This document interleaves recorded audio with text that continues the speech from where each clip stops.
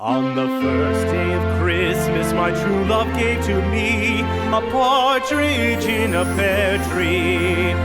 On the second day of Christmas, my true love gave to me two turtle doves and a partridge. Olá, caros ouvintes do podcast do Ogro. Estamos aqui novamente para gravarmos o nosso especial de Natal e o tema não podia deixar de ser ele. Aquele que tem o aniversário comemorado na data errada, o nosso Jesus, o Jesus da Bíblia, mas não vamos falar dele, do Cristo, vamos falar do Jesus histórico, que é o Jesus de Nazaré. Um tema complexo, um tema espinhoso, e para falar desse assunto, estamos aqui reunidos hoje, eu, Johnny Tagliatelli, com os meus amigos Felipe Sartin. Olá pessoal, e hoje Jesus vai subir na goiabeira. O Andrew Tavares. Olá pessoal, e hoje eu vou chamar Jesus de Genésio. E Tiago Damasceno. Fala galera, nosso podcast não é deste mundo, raça de víboras. Então bem-vindo e fique com a gente aí que o assunto vai ser bem legal. Jingle bells, jingle all the way. Oh, what fun it is to ride in a one-horse open sleigh. Jingle bells, jingle all the way.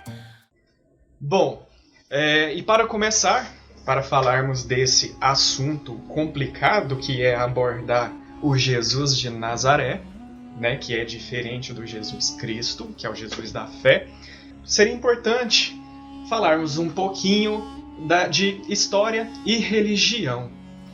Felipe, você poderia conversar um pouco com a gente sobre a complexidade de lidar com fazer esse intercâmbio entre história, religião, religiosidades e o que isso tem a ver com a expectativa e a necessidade de se estudar o personagem Jesus histórico? Bom, o tema da religião e da história, eles se entrecruzam no próprio nascimento da história enquanto ciência lá no século XIX. A história surge no ambiente das universidades alemãs, que tem uma origem protestante, um protestantismo liberal, não é o protestantismo do Lutero. Porém, a história busca se distanciar do tema da religião, porque o estabelecimento do método crítico pressupõe que saberes fundados na autoridade não têm validade na produção do discurso científico, que é o que a história quis produzir no seu nascimento, no fim do XIX, começo do século XX. Então, o tema do Jesus histórico é um tema importante para a compreensão das relações difíceis entre história e religião, porque se trata não simplesmente de historicizar uma mitologia grega, uma mitologia romana, ou como se fazia no século XIX, temas do hinduísmo, do budismo, mas o que está no centro da civilização ocidental, que se compreendeu durante muitos séculos enquanto cristandade. Fazer a história da cristandade é, em suma, desautorizar o discurso religioso. É dizer que o discurso religioso está submetido à crítica historiográfica, ou seja, a um conhecimento público, um conhecimento debatido e um conhecimento que se constitui enquanto distanciamento com relação à tradição. A história do Jesus histórico ela é interessante porque ela leva os teólogos a pensarem em história e os historiadores a pensarem em teologia. Para o campo de hoje também eu chamo a atenção para a historiografia atual, que às vezes, quando pela experiência que eu tive, muitas pessoas me perguntam, né, estudando história islâmica, e aí, tipo, o Alcorão fala a verdade, né, o profeta fundador do Islã fez milagres, tudo aquilo foi verdade. Hoje, para história, estudando a religião e as fontes religiosas, os textos religiosos, não interessa se os eventos sobrenaturais foram reais ou não. Para nós historiadores, importa a representação dessas fontes, o impacto dessas fontes nas suas sociedades, o impacto que os fundadores, os líderes religiosos tiveram nas suas sociedades. Importa estudar isso, não exatamente se o fato sobrenatural é verdade ou não, porque isso está no campo da fé, né? Não tem como provar nada, então isso aí é separado, não é história, é fé. É interessante isso, né? Essa coisa do campo da fé.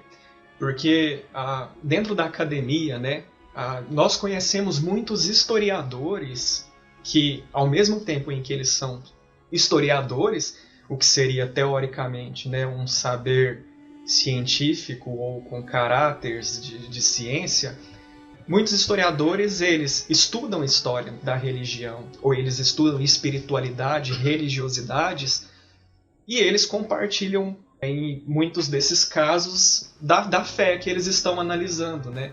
Nós temos, por exemplo, o Delobô, que estávamos citando, inclusive antes de iniciar o podcast, né? Que é um católico fervoroso, mas mesmo assim ele gosta de lidar com esse tipo de movimento religioso, ele gosta de estudar. Você poderia falar um pouco disso pra gente, Felipe? Claro, é uma questão, em primeiro lugar, de afinidade, né? Você vai fazer uma pesquisa histórica, vai ficar muitos anos com aquelas fontes, sem o mínimo de afinidade com o discurso que está ali, é difícil manter uma convivência com a pesquisa que é quase um matrimônio, né?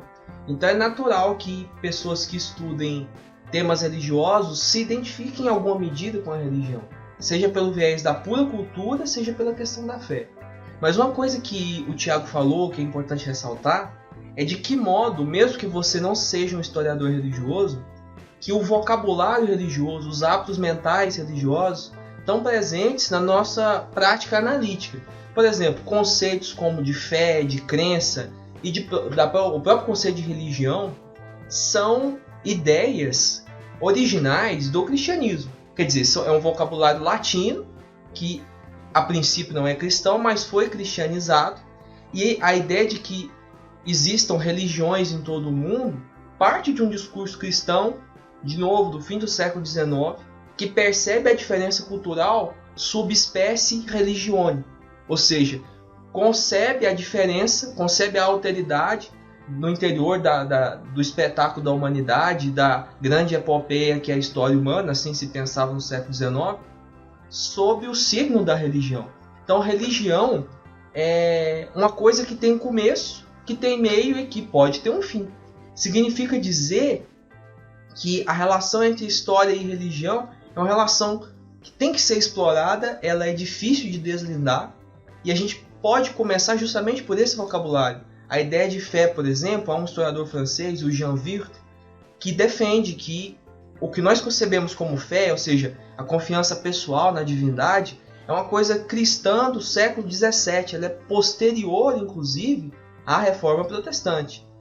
Ou o conceito de crença, por exemplo, foi incorporado ao vocabulário religioso latino, isso é fácil de perceber na obra do Émile Benveniste, mas a crença tem a ver com uma ideia de economia.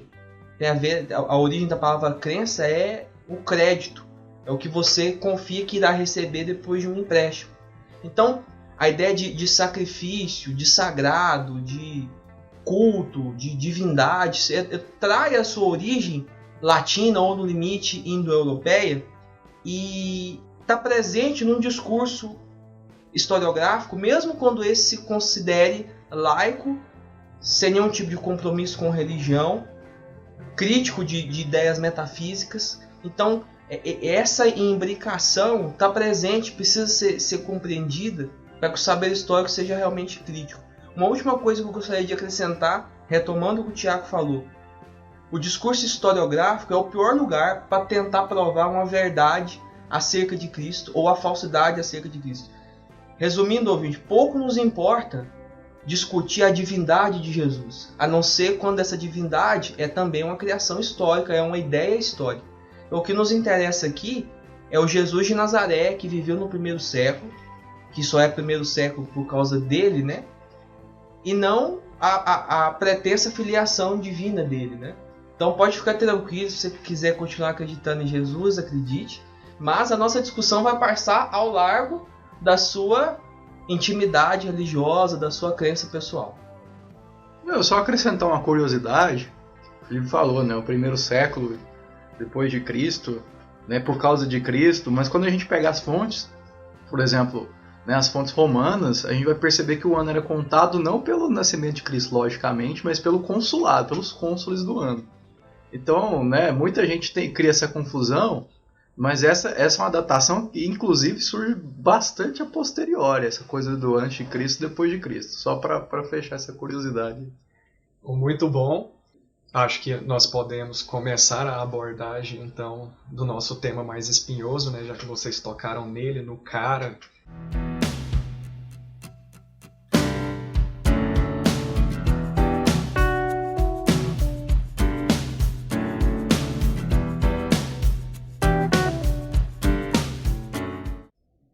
Bom, para entrarmos na nossa segunda parte, depois de uma introdução aí para vocês sobre os historiadores lidando com história, religião e Jesus histórico, vamos falar um pouco daquele contexto, um contexto tão problemático que é um contexto de dominação romana, principalmente ali naquela região da Judéia, em Jerusalém, e não dá para abordar o surgimento do cristianismo e muito antes do próprio surgimento do cristianismo, né?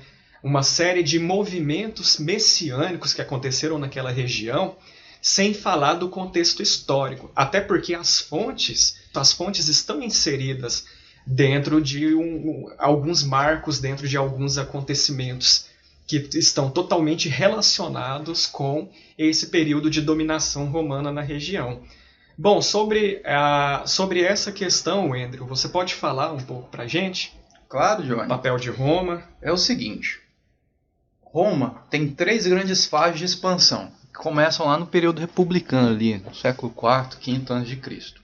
A primeira fase, que é aquele momento em que Roma vai dominar as cidades da Península Itálica, as cidades das proximidades, e vai se consolidar como uma potência regional. Vamos colocar assim, apesar de ser um termo um pouco anacrônico.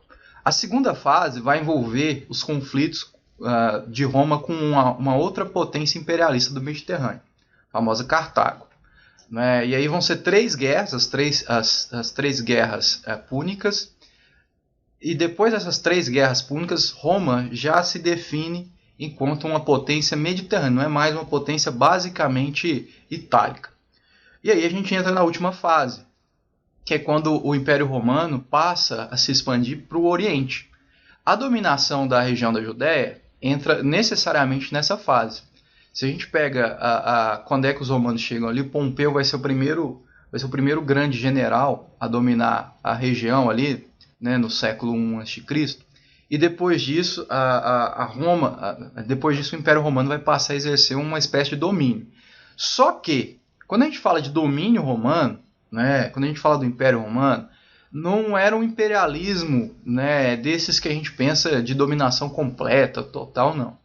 A gente sempre vai perceber, e essa é uma das marcas do imperialismo romano, que os romanos vão se aproveitar das aristocracias locais e vamos colocar assim, né, os romanos vão meio que estabelecer alianças com essas aristocracias no sentido de governar. Quando o Império Romano se torna de fato um império político, ou seja, depois de Otávio, a gente vai perceber que são feitas apenas algumas exigências, do tipo tributação, do tipo culto ao imperador, do tipo fornecer homens ao exército romano, em troca de uma autonomia, de uma espécie de autonomia dessas províncias. A Judéia, né, em que o Jesus histórico nasce, ela está envolvida nesse tipo de imperialismo romano, certo? Então, esse imperialismo romano ajuda a explicar muitos dos eventos, não só do nascimento, né, aqueles eventos que a gente já conhece do Novo Testamento, mas até o processo de morte e como, né, para a história, inclusive teológica, né, inclusive para a teologia, os romanos não são muito creditados ali, por exemplo, com a condenação de Cristo, porque existia uma espécie de autonomia local, né, que era dada pelo Império Romano. Isso explica a atuação do Sinédrio, né, esse acordo de Roma com as aristocracias, né, dominadas. O Sinédrio, bem citado nos Evangelhos. A historiografia, quando ela vai lidar com Jesus histórico, ela faz uma abordagem que é deveras muito mais contextual, né? Exatamente por quê? Porque as fontes são escassas. Normalmente, o que se tem mesmo são os famosos evangelhos, os cânones, né? Que é Marcos, Mateus, Lucas, João. E claro, essas fontes elas estão muito mais vinculadas a uma própria discussão teológica, né? a um discurso de fé, muito mais do que trazer uma abordagem realmente histórica sobre o que seria o momento de Jesus, né? Do Jesus histórico, do Jesus de Nazaré. Então sobra muito pouco os vestígios que tem para o historiador lidar com esse personagem. E por isso há esse apelo do contexto, do que tem ali, porque daí a gente pode tirar aquilo que ele não poderia ser. Não tinha como Jesus não ser algumas coisas, por quê? Porque o que estava acontecendo naquele ambiente, naquela região, o que é próprio daquele contexto, não permitiria isso, né? É o que eu sinto olhando para uma parte da historiografia. O que você pensa disso, Felipe? Não, eu concordo, é um aspecto importante da historiografia. Em primeiro lugar, eu gostaria de dizer que nós temos algumas fontes que são consensuais a respeito da vida de Jesus. E para o ouvinte tem que ficar claro o seguinte: entre a comunidade dos historiadores hoje, no interior dessa comunidade, é praticamente consensual que existiu um Jesus em Nazaré no primeiro século. Não há dúvidas a respeito disso. Só teóricos da conspiração vão colocar em questão a existência histórica de um Jesus de Nazaré. O que a historiografia não aceita, porque isso somente a religião pode aceitar, é a divindade desse Jesus Christos. Por quê? Porque a divindade não deixa documentos históricos, né? Então, as fontes que nós temos, as fontes consensuais a respeito da existência do Jesus histórico, nós podemos separar hoje em dia, e um especialista americano, John Dominic Crossan, elenca 6 fontes principais. Em primeiro lugar, o Evangelho de Marcos, o evangelho mais antigo, que é por volta de 70 depois de Cristo. Atenção, o Evangelho de Marcos não significa que ele foi escrito por um Marcos especificamente, por aquele João Marcos, que seria um dos seguidores de Cristo. Assim como de Mateus, Lucas e João. São tradições em torno desses evangelistas que foram escritas e foram sobrevivendo ao longo dos tempos, né? Então, o primeiro, o mais antigo, Marcos. O Marcos, Lucas e João são chamados evangelhos sinóticos. Eles trazem uma narrativa muito parecida, enquanto o Evangelho de João, mais ligado aos milagres e a uma abordagem teológica, se distancia desses 3. O Evangelho de Mateus e Lucas possui uma base comum, diferente de Marcos, que é chamado pelos historiadores alemães de fonte Q, ou como Crossan expõe, Evangelho Q. Esse Q vem de Keller, que é fonte em alemão. Significa que é a existência hipotética, que nós não temos prova de que tenha existido uma fonte anterior, mas a existência hipotética ela é necessária do ponto de vista filológico para explicar a simetria e a própria igualdade de expressões, de frases e de termos entre Mateus e Lucas. Uma outra fonte importante seria o próprio Evangelho de João, que é um pouco posterior. Uma quarta fonte, o Evangelho de Tomé, que são ditos atribuídos a Jesus. Por que a gente está elencando essas diversas fontes? Por um motivo muito simples. Porque essa existência consensual do Jesus de Nazaré se baseia num princípio histórico muito simples, mas decisivo, que é da múltipla atestação. É mais difícil, é mais problemático postular a não existência de uma personalidade histórica referida por fontes independentes do que aceitar essa existência como um dado plausível. Para finalizar, mais 2 fontes importantes, a de Daquê, atribuído a comunidades apostólicas também do primeiro século, e um suposto Evangelho da Cruz, e aí é uma questão mais polêmica, se isso consistiria realmente no Evangelho, se são coletâneas de ditos mais esparsos acerca de Jesus. Ou seja, uma série de 6 fontes independentes que atestam a existência desse Jesus de Nazaré. Eu colocaria aqui, entre as fontes romanas, uma referência nos Anais do Tácito sobre um certo Cristo que sofreu a pior das punições, e aí considera-se que essa pior das punições seria a crucificação, uma punição de origem romana, sob o império do Tibério, sob o governo do Tibério. Então nós temos essas fontes históricas para falar de Jesus, e mesmo as fontes que não referem Jesus diretamente, são importantes, mesmo a teologia que recobre todas essas fontes, os ditos textos apócrifos, evangelhos gnósticos, de toda forma, apesar de não referirem historicamente informações confiáveis sobre esse Jesus, de todo modo, são históricas porque testemunham, documentam a sensibilidade religiosa daquele primeiro século entre os judeus. Eu só achei uma coisa interessante que o Felipe tocou, foi na impossibilidade de a gente atestar, né, a divindade de alguém, né, a partir de qualquer fonte que seja. E aí eu me lembrei, né, por exemplo, quando a gente estuda Júlio César e Otávio Augusto, a gente vai perceber que as fontes também falam que essas figuras foram divinizadas. Alguns autores falam de deificação, outros falam de divinização. Quer dizer, e se a gente acreditar que essa personagem, né, lá da Judéia de fato é Deus, né, por conta das fontes, como é que a gente vai tratar essas outras personagens que também, né, são divinizadas naquelas fontes romanas? Né? Se a gente pega lá o Suetônio, se a gente pega o Tácito, e aí? Né, as res gestae. Então, realmente, isso é uma complicação muito séria e nós, historiadores, não temos nada que ver com, vamos dizer assim, com esse compromisso de acreditar em divinizações. Porque senão a gente entra num problema muito sério. Uma guerra de divindades. Qual é a verdadeira, qual é a mais forte? Mas vejam bem, aí o ouvinte pode, né, ele ali na sua fé, como para ele isso é um fato, Jesus é o Messias e ponto final. Né? A gente não vai conseguir nunca mudar essa concepção, que é uma concepção de fé. Claro, também não é nossa pretensão, você pode continuar acreditando. É só lembrar que o nosso Jesus histórico é outra coisa. Mas aí vocês vão usar essa coisa da fonte contra nós. Né? Não, mas se a maioria das fontes são discursos de fé, né, estão nos testamentos, como que vocês vão abordar um Jesus histórico? Não dá para falar desse personagem porque vocês não vão conseguir entregar uma verdade, não vão chegar a uma verdade. Claro, é problemático.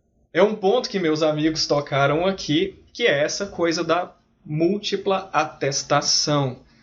Significa que não podemos lidar com uma única fonte, não tem como lidar com uma única fonte. É tudo que aquele tempo, aquele contexto pôde nos entregar a respeito desse assunto, para a gente mensurar o que há sobre essa existência física, né, esse personagem de carne e osso, o que há sobre ele naquele dado contexto, o que as fontes dizem. E os historiadores trabalham com algumas fontes posteriores que se referem. É um tempo, na verdade, muito próximo, né? Então, o que essas fontes dizem? E algumas vezes, alguns vestígios arqueológicos acabam que vêm a complementar algumas dessas informações que nós obtivemos apenas em relação a fontes textuais. E isso nos leva a pensar sobre o conceito de fonte no trabalho historiográfico. Não se pode manter a ilusão hoje, no século XXI, depois de 100 anos de história como ciência, de que a fonte resguarde uma verdade original sobre o passado. Não se trata da fonte mais antiga ser mais verdadeira, por exemplo. Porque senão nós ficamos diante de uma encruzilhada epistemológica que aparece na teologia, por exemplo, na teologia protestante, de um autor que pretendeu falar do Jesus histórico, que foi o Rudolf Bultmann. O Bultmann criou um método teológico chamado demitologização. No que consiste o método Bultmann? É separar o núcleo histórico do núcleo teológico no texto evangélico, ou seja, aquilo que é uma mensagem plausível de ter acontecido, porque as pessoas no século XX, o século da tecnologia, o século da Guerra Fria, de 2 guerras mundiais, do avião, é um século que não precisaria de alegorias evangélicas como a ressurreição dos mortos, como a expulsão de demônios, como a realização de milagres. Ou seja, expurgar o texto bíblico de superstições do primeiro século. Qual é o grande problema disso? É que o estabelecimento daquele núcleo histórico, ele se torna no limite arbitrário. Significa ideias que nós não compartilhamos no século XX, só podem ser ideias fantasiosas do primeiro século. E nos coloca diante de um outro problema, que esse suposto núcleo histórico, que é o núcleo da expurgação das superstições, se torna como que uma verdade em si mesmo transparente a respeito do Jesus histórico. Então, refletir sobre Jesus histórico é importante não apenas no Natal, para os fiéis, para os cristãos, para aqueles que não são cristãos, é para o próprio historiador. Porque nas universidades brasileiras, por uma questão de crítica com a religião, posicionamento distante com relação a ideias religiosas, e hoje poucos historiadores se declaram abertamente religiosos, sobretudo numa pós-graduação, por exemplo, não estudar o Jesus histórico é a perda de uma oportunidade para refletir sobre os limites do método historiográfico. E o método historiográfico, acrescenta, ouvinte, ele é mais racional e ele é superior desse ponto de vista à pura crença numa narrativa que está nas fontes. Por que ele é mais racional? Porque ele não implica em adesão à autoridade. Porque senão fica a situação que o Tiago apontou. Se é a autoridade que define a verdade de uma fonte, quem tiver mais autoridade vai ter mais verdade. E quem é que vai ter mais autoridade? É aquele que tem mais poder. Logo, o conhecimento vai se tornar refém de uma disputa que nada tem a ver com a pesquisa, com a crítica, com o estabelecimento da verdade, da compreensão do passado. Ela vai estar nas mãos de grupos que querem definir o que é verdadeiro e o que é falso, com base na pura vontade desses grupos, né? Que a gente vai falar depois ao longo do episódio. Muito bom.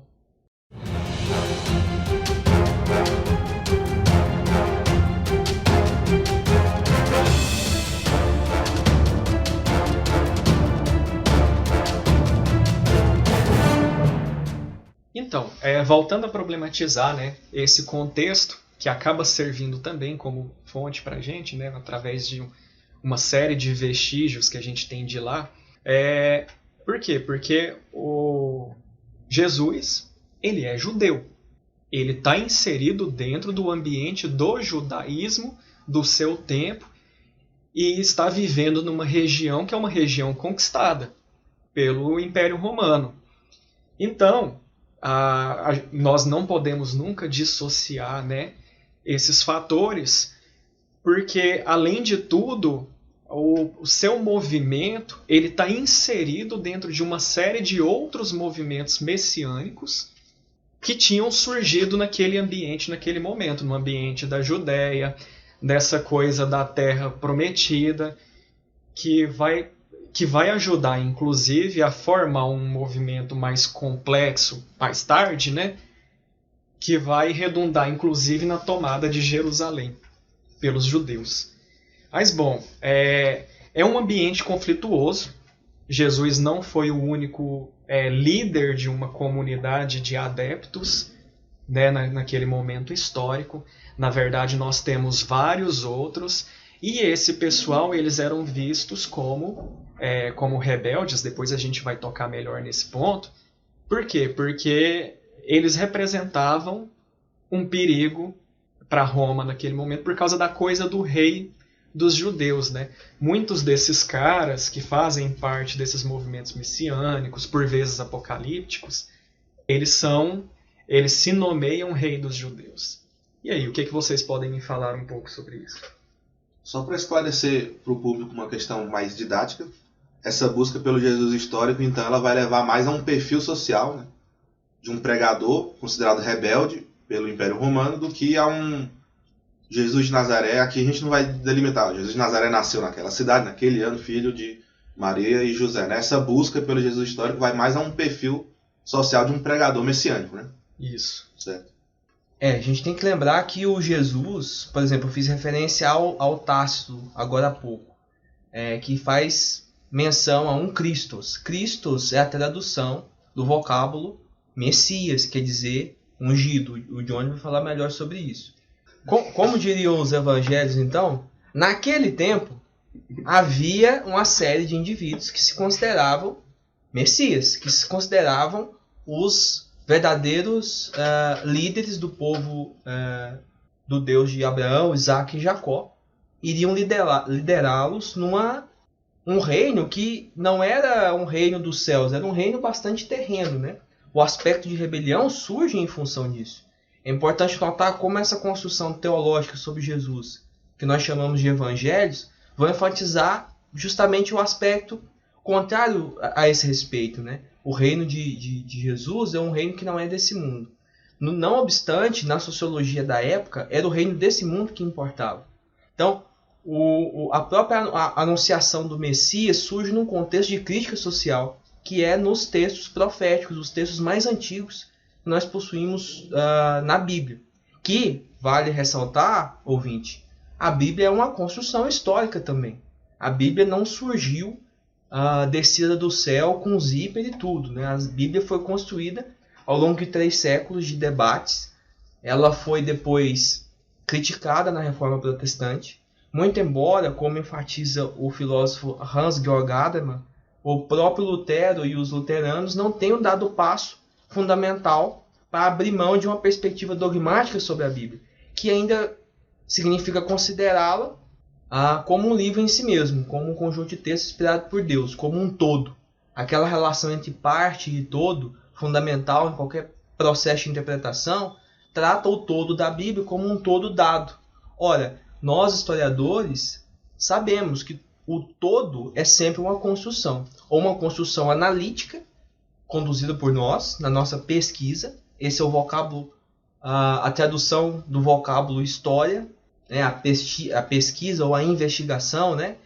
Então, quem pesquisa ou investiga vai em direção aos vestígios, né? Investigar é isso. Ou esse todo é construído, herdado pela tradição. E por falar em tradição, tem um livro muito interessante de 2 arqueólogos israelenses, Israel Finkelstein e o Neil Silberman. Esse livro foi lançado pela primeira vez em 2003. Em inglês, a tradução literal do inglês seria A Bíblia Redescoberta, Investigações sobre Israel Antigo, algo assim, que esses 2 arqueólogos eles retomam as pesquisas sobre, que a gente chama de arqueologia bíblica.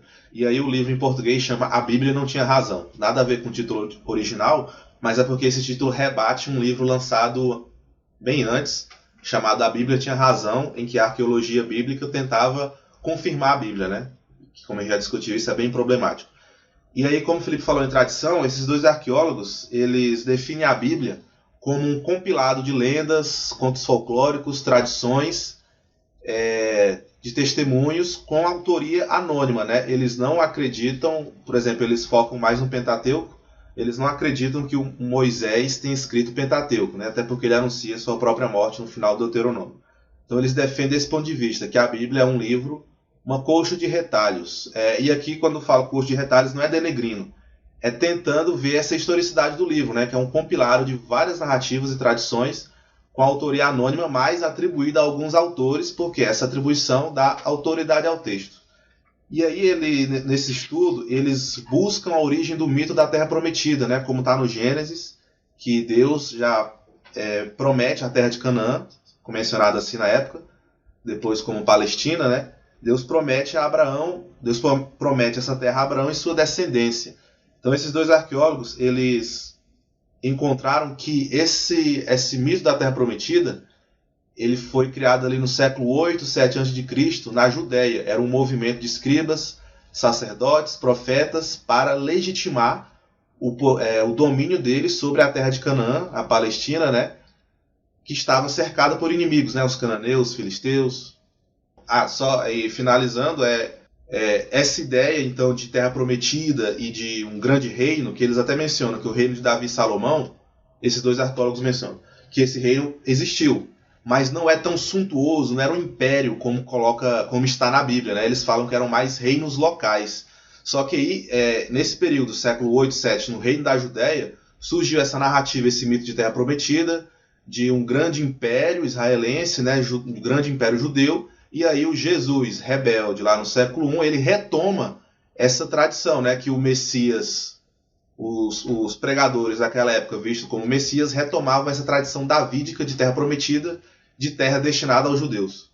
Só para o ouvinte, né, ter uma ideia, né, como é que essas coisas são complicadas, como é que essa coisa de mapear escritos ela é complicada, e para não achar que o pessoal aqui do Ogro está tentando literalmente... né, desconstruir toda a Bíblia, a gente tem que pegar, por exemplo, um outro texto muito importante do Ocidente. Por exemplo, quando a gente pega a Ilíada e a Odisseia, elas são geralmente atribuídas a Homero, não é? Só que, quando a gente pega os estudos já desde o século XIX, a gente percebe que é impossível só uma pessoa ter escrito aqueles 2 textos. Isso por quê?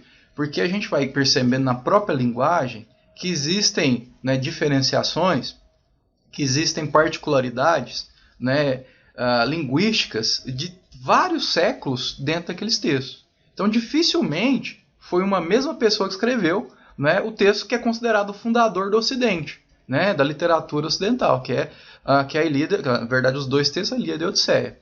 Né, e para piorar, quando a gente pega os famosos cantos homéricos, que são textos ali do 4º século, eles nada têm a ver com Homero. Né, eles só foram colocados com esse nome porque tinham uma narrativa que lembrava aqueles textos que a tradição tinha ligado, que tinha colocado a Homero. Então, né, isso não acontece só com os textos bíblicos. Né, isso acontece com várias tipologias de textos, com vários textos diferentes. É bom ouvinte lembrar que a ideia de autor que nós costumamos tratar no século XX e gera questões de plágio, direitos autorais, e aí você faz uma biografia não autorizada e leva um processo. Isso é uma coisa muitíssimo recente, coisa de 200 anos por aí. Não existia a noção de autoria no mundo antigo.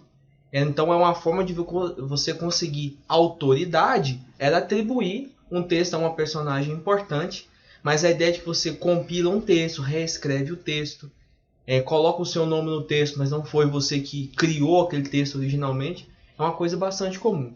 E para finalizar, só uma questão a respeito da dificuldade de lidar com essa personagem histórica de Jesus. É que a Bíblia que você tem, ouvinte, que você comprou, pagou R$30 nela, provavelmente ela é a tradução, às vezes, nem sempre, mas ela é a tradução do inglês ou do francês, que é uma tradução do grego, que é uma tradução do hebraico. Quando não, tem uma versão latina escondida aí no meio. Então são traduções de traduções de traduções. Chega um ponto em que provar a verdade ou a falsidade com base no texto que você tem em casa, que você tem à mão, que você leva para a igreja, se torna realmente impossível. Então é somente uma pesquisa histórica, uma seleção de texto, a busca por critérios de estabelecimento de antiguidade de fontes que tornam seguro o conhecimento histórico, né? Da mesma forma que o Andrew falou a respeito do Homero. Há um crítico literário muito importante, o Erich Auerbach, que diz que as fontes da literatura ocidental são, por um lado, Homero, então Ilíada e Odisseia, por outro lado, os evangelhos. Então, tamanha é a importância do estudo dessas fontes, e de novo, nós não sabemos exatamente quais são os autores, nós não podemos dizer que a versão que nós possuímos seja a mais verdadeira, seja a mais original. A questão é buscar realmente, como o Johnny enfatizou, atribuir sentido no interior de um determinado contexto histórico ao texto que a gente tem em mão hoje no século XXI.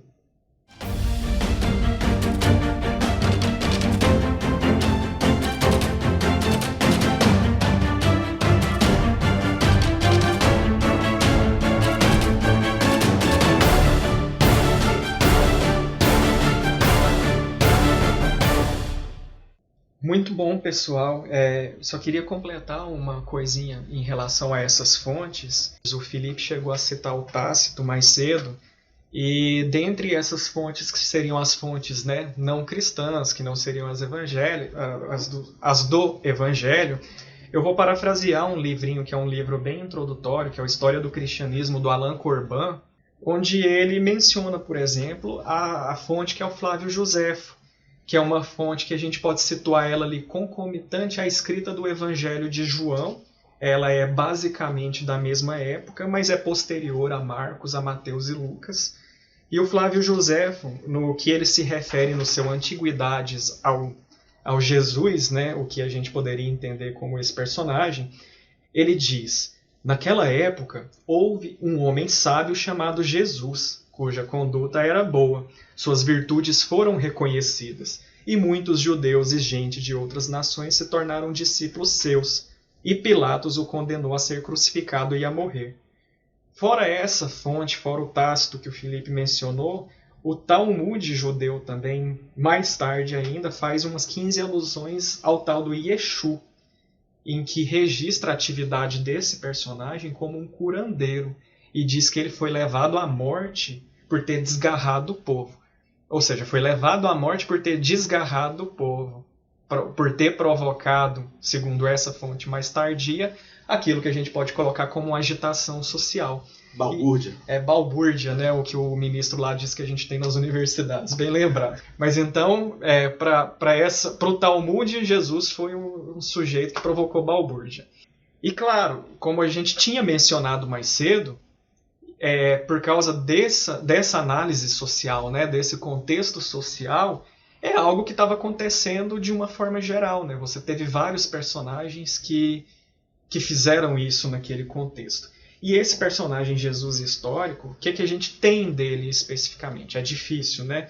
Mas, por exemplo, se tentarmos reconstituir a sua vida historicamente, nem a data de nascimento de Jesus nós vamos conseguir chegar ao termo no que seria quando Jesus nasceu, né? Estão todos aí comemorando ainda hoje o 25 de Natal, né? Porque, claro, tem todo um simbolismo religioso por trás disso e que foi construído historicamente ao longo do tempo. Mas o Jesus histórico já teve historiador que tentou chegar a uma data em janeiro, por exemplo. Mas não, isso não é o que interessa para nós agora, para nós hoje. As novas inferências que se tem acerca disso é que ele teria nascido no ano 4 antes de Cristo, mas tem quem defende, por exemplo, de tanto que isso é complicado, que ele nasceu, na verdade, no ano 6 depois. Tem historiador brasileiro que defende isso. Mas o personagem, vamos lá tocar alguns termos específicos, né? O personagem Jesus, ele foi um personagem que teve os seus seguidores, certo? Na Bíblia isso passou com aqueles fiéis, os 12 apóstolos, entre outros personagens ali que seguiram ele, né? Mas, ou seja, ele tinha um círculo de adeptos.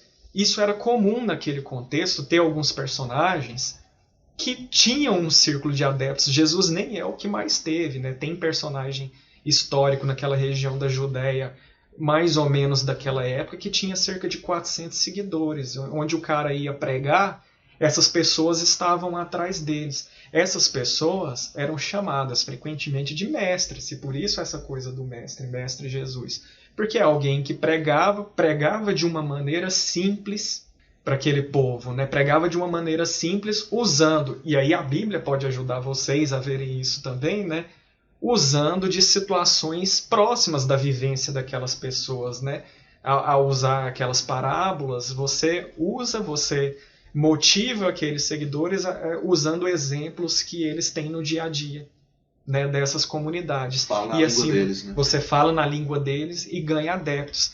E essa nossa intenção de situar esse contexto social, ela vai muito nesse sentido. É só para mostrar para vocês, ouvintes, que esse não é de forma alguma um movimento isolado, não foi o único da época, e que é uma época de muita agitação social por causa do Império Romano e por causa dessas concepções que eles tinham de esperar uma terra prometida, porque eles esperavam a libertação, porque realmente tinha quem estava querendo construir um mundo judaico fora dessa perspectiva de ter que viver integrado, dominado pelos romanos.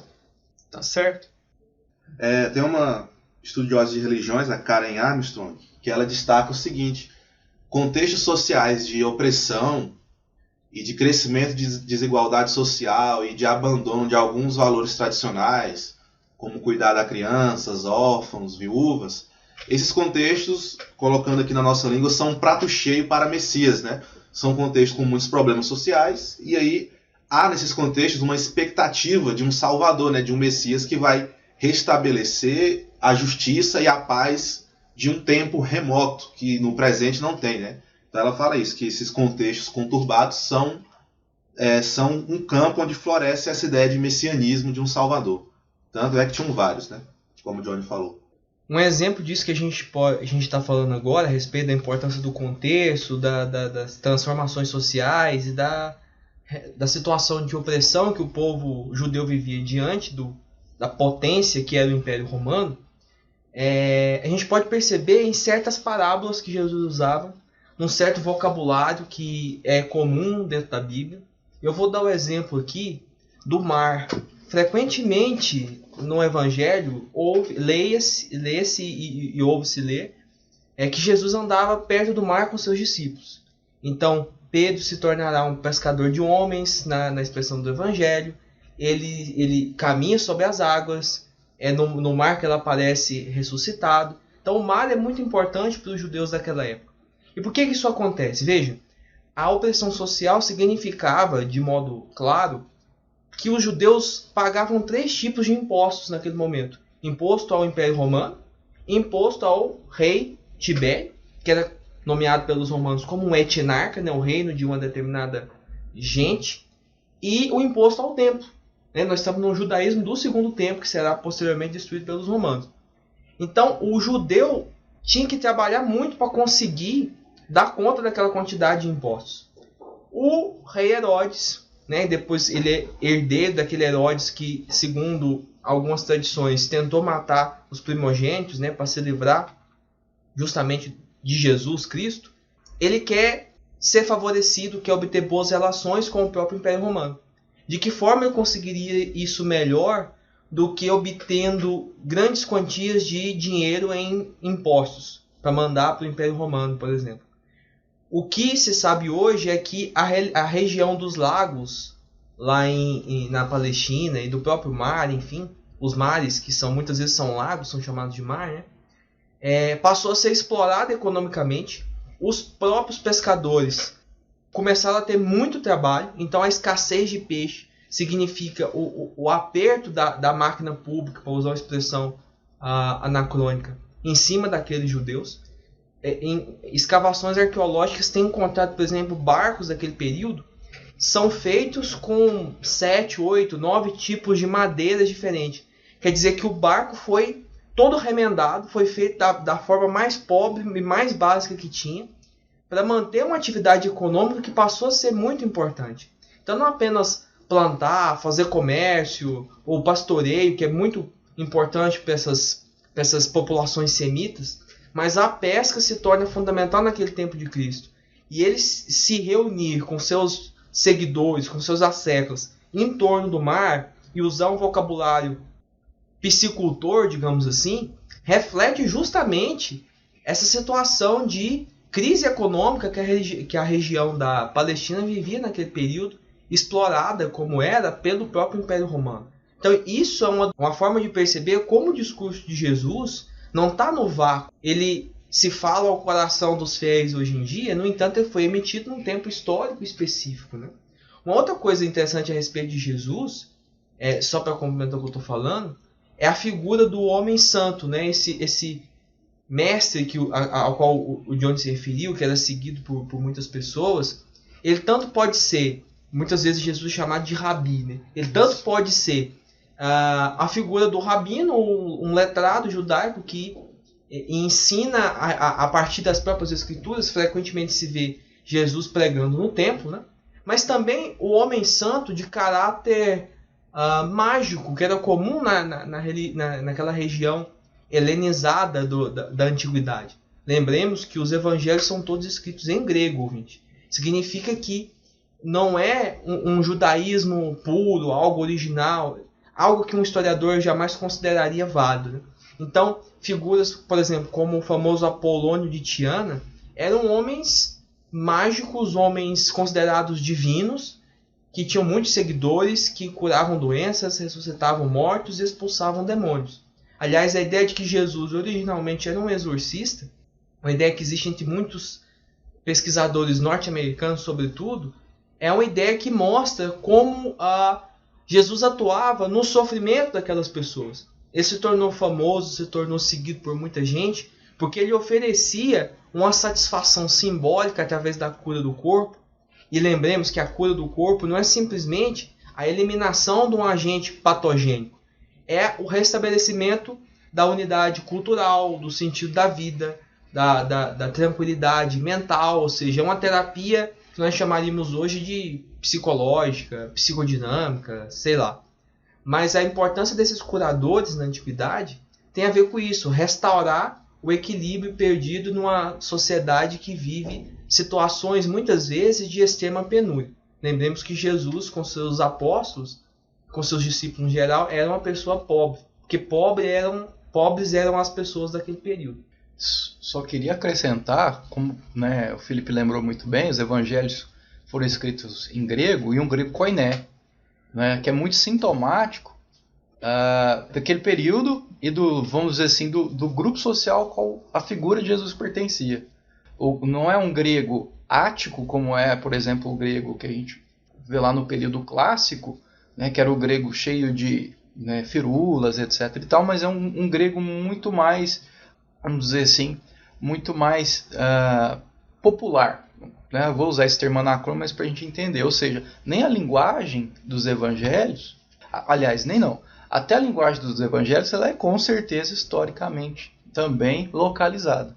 Pegando um gancho aqui com a questão das parábolas, Jesus conta também lá na Bíblia muitas parábolas envolvendo o campo, né? Grão de mostarda, não sei nem o que é o grão de mostarda. Você ouvindo? Mas aí você vê que é uma parábola direcionada para camponeses, né? Então, pessoas mais pobres. O Croissant, no estudo dele, fala que Jesus deve ter sido um carpinteiro, mas nem é no sentido atual de marceneiro, é um sentido de um faz-tudo, né? Isso seria uma pessoa de origem mais humilde, mais pobre. E ele também fala sobre isso aí que o Felipe falou, da doença. Ele separa doença e enfermidade pro conceito daquela época, né? Para a mentalidade daquela época. A doença é patológica, é biológica, é a doença no corpo. E a enfermidade envolve isso e a rejeição social ao doente, né? O doente era um pária, tinha que ser isolado. E aí ele conta então que Jesus ele ajudava o enfermo a se reabilitar socialmente. Até porque ele conta no caso da lepra, era um termo para doença descamativa de pele, várias doenças, que vinham e acabavam de repente, né? Podia acabar de repente. Então atribuíam essa cura, né, para uma doença que acaba de repente. E a enfermidade, essa cura de Jesus seria recolocar o doente, o enfermo, num ciclo social de convivência, né? Então ele destaca esses sentidos para a época, né? Na teoria dele, né? Estou falando que é verdade absoluta isso, é a visão desse autor. E por falar no Jesus curandeiro, para abordar um pouco mais o Jesus pregador, que as duas coisas andaram juntas, né, para alguns desses personagens. O Jesus pregador, esses mestres, esses rabis, igual o Felipe tocou, eles pregavam frequentemente, muitos deles, no templo. E havia alguns costumes judaicos que esses novos mestres com seus seguidores, eles tentavam também reformar. Havia algumas tentativas, alguns historiadores defendem, de reforma dentro do próprio ambiente da fé judaica. E isso, caro ouvinte, você tem que ter em mente. O Jesus de Nazaré, ele não pode ser dissociado do judaísmo de forma alguma. No máximo, ele pode ter sido um personagem que tentou reformar alguns pontos da fé judaica, e por isso a gente tem aquela célebre passagem do templo, onde a gente tem até um Jesus que é um tanto diferente no evangelho, porque ele é mais agressivo, ao contrário do Jesus Paz e Amor, porque ele chega, né, a espantar os comerciantes de animais, a chutar a tenda. Mas por quê? Porque isso é a questão do sacrifício, né? O sacrifício de animais dentro da fé judaica é uma questão que alguns desses novos mestres messiânicos tentavam reformar dentro da própria fé. Até porque há tentativas de reformar, né, uma fé quando essa fé está totalmente cerceada, né, dentro de um ambiente, de um contexto social agitado, como aconteceu lá. A gente tem exemplos mais contemporâneos que podem te situar melhor nesse ponto, caro ouvinte. Ainda sobre Jesus e o judaísmo, no Evangelho de Mateus, é citado lá que há um senso comum de que Jesus, né, era um revolucionário do judaísmo, né, mas é mais reformista, porque em Mateus, o discurso atribuído a ele está lá que ele não veio para ir contra a lei, né, dos mencionados pelos antigos profetas. Ele veio para cumprir as profecias e cumprir a lei, né? Então, ele está ali totalmente dentro do judaísmo da sua época. Até porque tem muito essa concepção também de alguns mestres como doutores da lei também, né? São os que melhor entendem os fundamentos da lei, os ensinamentos, e isso vai retomar também as escrituras, né? As mais antigas.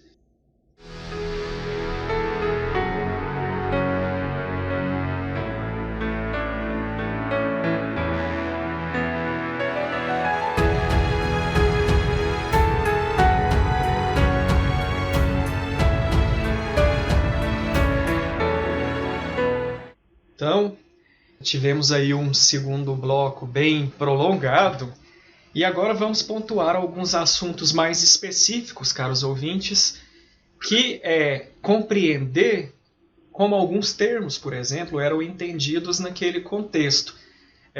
Vamos começar com o Felipe falando, né, do reino de Deus, o que era esse reino de Deus naquela época. E depois vamos abordar também brevemente o que eles entendiam como Messias, o que era, por exemplo, o tal do bandido naquela época. Felipe, você pode falar um pouco pra gente sobre isso? Claro, Júnior. Primeira coisa, a gente tem que separar quem é esse Jesus histórico. O que Jesus diz na Bíblia? Ele é a pessoa que prega o reino de Deus. Ele vem na continuidade de um outro profeta, chamado de último profeta pelo cristianismo, que é o João Batista, que prega justamente o batismo no Rio Jordão, a conversão das pessoas e a aceitação do reino de Deus. E Jesus continua essa pregação. Ele fala o tempo inteiro do reino de Deus, do reino do seu Pai, do reino dos céus. Um desses especialistas no Jesus histórico, o John Dominic Crossan, que a gente está seguindo no episódio de hoje, ele diz que a expressão reino dos céus, que é minoritária no interior da variedade vocabular dos evangelhos, é uma expressão infeliz porque nos leva a imaginar que o céu significa que esse reino será um reino em outra vida, em outra época, em outra era. Quando não, quando o entendimento que Jesus faz do reino de Deus é um reino presente nesse mundo. É um reino que não apenas irá acontecer num futuro, ou seja, num apocalipse que virá, mas ele já aconteceu. Essa mudança de atitude de Jesus ela é extremamente importante. Primeiro, ela é mudança por quê? Porque João pregava um reino que viria. Ora, o reino que viria seria um reino que provocaria, entre aspas, uma revolução naquela sociedade dominada por um rei e por um imperador. Então é um cristianismo que se constrói dentro do movimento judaico de oposição ao Império Romano. Só que João foi decapitado. João sofreu as consequências da sua pregação. Que o Crossan diz, Jesus dá então um passo decisivo, que é não colocar a esperança apocalíptica num futuro apenas, mas dizer ela já aconteceu. O reino de Deus que Jesus prega não é o reino dos céus que virão, é o reino que já está presente na vida das pessoas.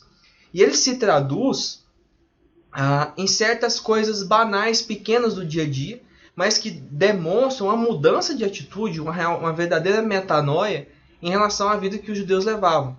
Por exemplo, a ideia da comensalidade. Jesus come com os seus discípulos, come na casa das pessoas, na casa do cobrador de impostos. Ele divide o pão, ele divide os peixes, ele está participando de uma comunidade ali que deve viver o reino não no futuro, mas no agora. Uma outra coisa importante a respeito de Jesus é os milagres. Em determinado momento surge uma controvérsia teológica com os rabis. E dizem, não, você é um mágico, né? Não usam essa palavra, mas é mais ou menos isso que estão querendo dizer, que expulsa demônios em nome de Beelzebul. Jesus então replica, como o reino poderá sobreviver se ele está dividido? Se Beelzebul é utilizado para expulsar demônios, então o reino do Deus desse mundo realmente acabou.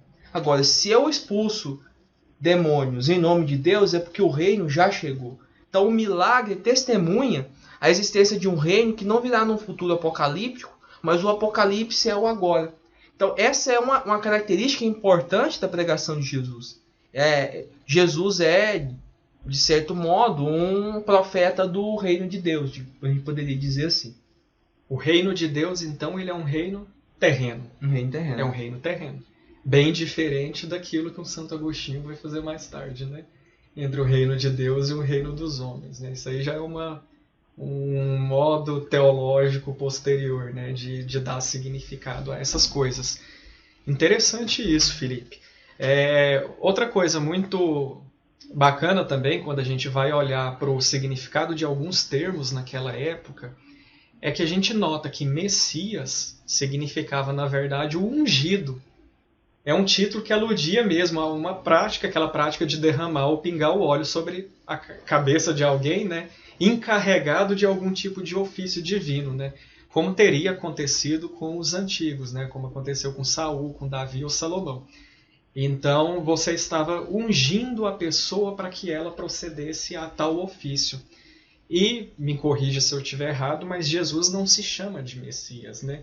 A gente pode, no máximo, dizer que o Jesus, da forma como ele passa para os cânones bíblicos, ele age. Ele age como tal, ele pode atuar como tal, mas ele nunca disse, eu sou o Messias. Então, é interessante, porque o Messias em si ele tinha uma tarefa.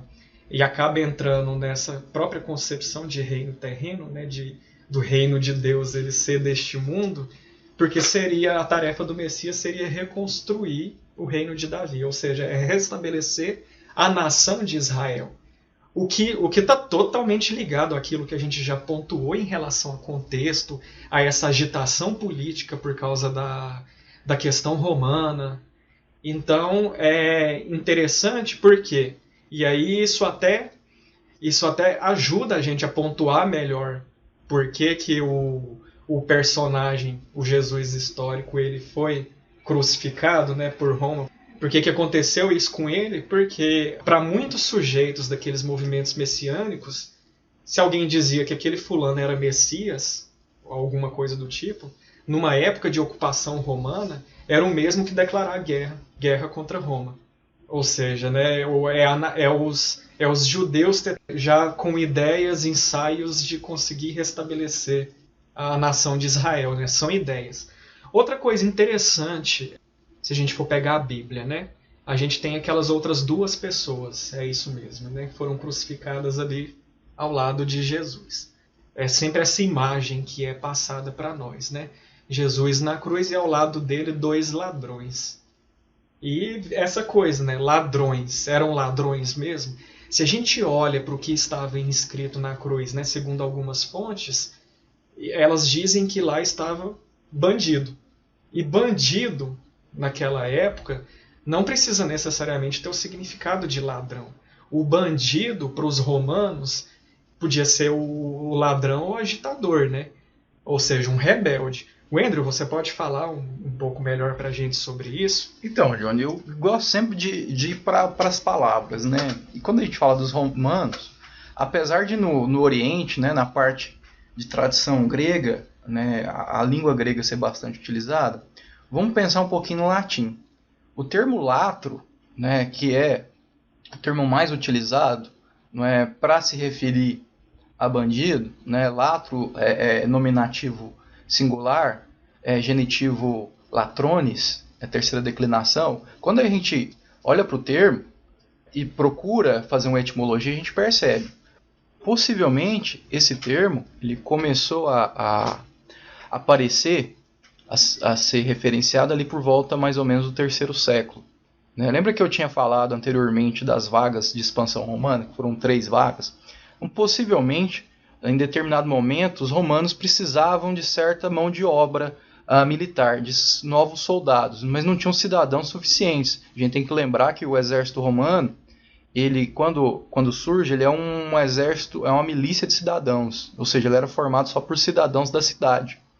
E aí, à medida que as guerras vão aumentando, eles vão precisando de mais soldados, você não vai ter uma população que vai servir, né, para literalmente preencher todas as fileiras. Então eles vão ter que contratar pessoas.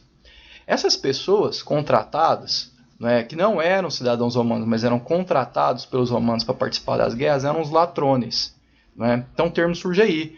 É um soldado não romano, não necessariamente da cidade de Roma, que recebia um pagamento em troca de luta. Certo? Esse era o significado original do termo. No entanto, que vai acontecer? Muitas dessas figuras vão servir durante um tempo e vão sair, né? Ou seja, vão parar de fazer parte do exército. E como é que esses caras vão sobreviver? Eles vão sobreviver fazendo assalto a estradas, fazendo incursões a certas cidades e tal. Então o termo ladrões ele vai sendo ressignificado. Ele vai passar, vai passar desse significado de um soldado estrangeiro, vamos colocar assim, pago, né, para lutar em expedições específicas, vai se tornar um bandido. Ou seja, vai se tornar um assaltante, né, vai se tornar um surrupiador, etc. e tal, sempre com o uso da força. Não é à toa que hoje o termo latrocínio ele tem esse significado, né? O termo latrocínio existe no latim também, mas o latrocínio de hoje é um roubo seguido de morte, né? Vem dessa violência, sempre com o uso da violência. Só que o que vai acontecer? Muitos desses ladrões, né, além de assaltar, eles também faziam espécies de revoltas locais, ou seja, contra a presença romana em certas regiões. Então, esse termo vai ganhar um significado mais abrangente ainda. Ou seja, ele é ao mesmo tempo um militar, né, uma espécie de mercenário, ele é um assaltante, mas ele é também um rebelde. Então a gente vai perceber que é um termo que tem uma significação muito ampla. Então, né, quando a gente pensa, por exemplo, é o Barrabás, né, um deles, né, aquelas figuras que foram crucificadas junto, né, com a figura de Jesus, né, e a crucificação, viu gente, ela era uma pena muito comum dentro do Império Romano. Né, se não me engano, quando teve lá a expedição do Espartacus, né, houve muita gente crucificada, por exemplo. Então, quando a gente pega aquelas figuras, o fato de eles serem bandidos poderia significar uma gama de ações que eles tivessem praticado. Não é só aquele cara lá que faz assaltos, não. Tá? É uma gama imensa de significados. Embora não seja, por exemplo, em latim o único termo latro. Tem também predator e predo, né, que são dois substantivos da terceira declinação que tem esse significado, né, de assaltante, de pessoa que rouba, etc. e tal, mas também carregam um pouco desse significado de mercenários. Eu só queria completar uma coisa também, Johnny, que você falou, né, dessa coisa de que Cristo nunca se chamou de Messias, nunca se colocou como Messias. Isso é interessante porque, né, a gente pode até brincar, né, Jesus não foi cristão. Não teve jeito de Jesus ser cristão, porque o cristianismo é um fenômeno que surge depois. Exato. Ou seja, é uma construção a posteriori, depois da morte, vamos dizer assim, do início da codificação, né, daquilo que seria um núcleo ali do cristianismo. O Jesus histórico ele seria, no máximo, o líder de um movimento de adeptos, de fiéis ali, que aconteceu, né, naquela região, naquele ambiente. O que transformou depois, né, o que fizeram disso, o que virou o cristianismo, é uma construção realmente bem mais tardia e que vai aos poucos engatinhando e tomando outros significados ao longo do tempo.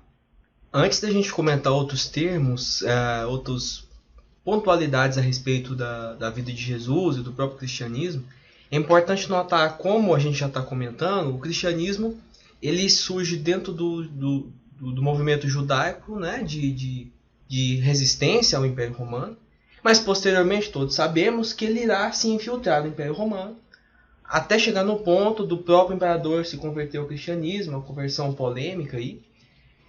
Teria sido uma conversão puramente política, ele acreditou realmente no cristianismo, há algum debate nesse assunto, mas o fato é que o cristianismo encontrou o Império Romano num momento histórico específico, que ajuda a entender por que hoje o mundo ocidental inteiro ele é um mundo cristianizado e que o Jesus histórico se torna um tema de investigação e um tema de polêmica para nós.